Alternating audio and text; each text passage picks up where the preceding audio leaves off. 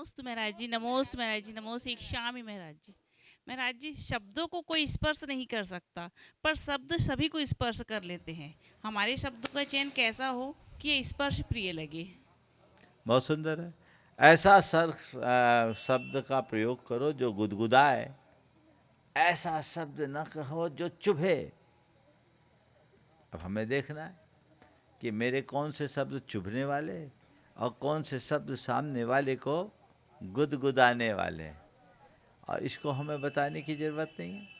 हम सबको अनुभव है कौन शब्द अच्छे हैं, कौन शब्द।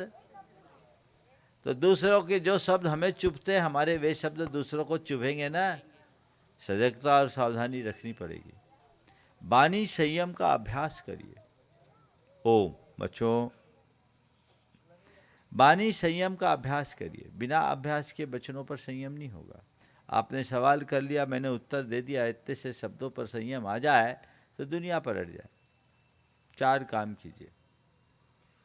सबसे पहले, रोज शाम को सोने से पूर्व आज मैंने क्या क्या बोला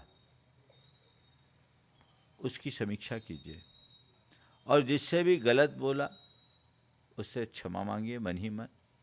उसे नोट कीजिए, हो सके तो उसे फ़ोन करके बोलिए कि भैया आज मैंने आपसे गलत कह दिया, मुझे क्षमा करो। साहस करके बोलिए, उससे मुझे ध्यान नहीं था, मुझे माफ़ करना, मैं आगे ध्यान रखूँगा। जो जो गलत बोला उसको नोट करके देखो कि इसकी जगह मुझे क्या बोलना था, और मन ही मन संकल्प लो कि आइंदा जब कभी भी मौका आएगा तो अब इसकी जगह मैं ऐसे शब्दों का प्रयोग करूँगा। ये पहला प्रैक्टिस है। दूसरा प्रैक्टिस, रोज़ सुबह उठकर एक भावना भाए, मुझे सही बोलना है, सुंदर बोलना है। सही बोलना है, सुंदर बोलना है, वही बोलना है जो अर्थपूर्ण है, वही बोलना है जो काम का है। इस तरह के कोई 1-2 वाक्य बार बार दोहराए। ये दूसरे चरण का, ये भावना योग का ही एक पार्ट है। तीसरे क्रम में, आप जब भी आपके मुख से कोई गलत शब्द निकले, तुरंत अपने आप को पनिश करो, पनिशमेंट दो, पेनाल्टी लगाओ। समझ गए? 9 बार नमोकार मंत्र पढ़ो। और ज़्यादा है, कैसे पनिश करें महाराज? जितनी बार गलत शब्द बोला मंदिर में उतने बार 10 रुपए की पेनाल्टी लगा। एक आध हफ्ता करके देखो, हो सकता है पहले दिन 1000 एक निकल जाए लेकिन वो धीरे धीरे कम हो जाएगा। आपको अपने प्रति जागरूक होना पड़ेगा।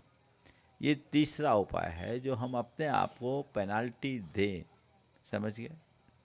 और चौथी बात जो हमें अपने अभ्यास में लेना है कि मुझे तुरंत प्रतिक्रिया नहीं करनी, प्रतिक्रिया से बचना है। यदि इन बातों को आप अपनी साधना में अपनाएंगे तो आप बहुत आसानी से इसे पा पाएंगे।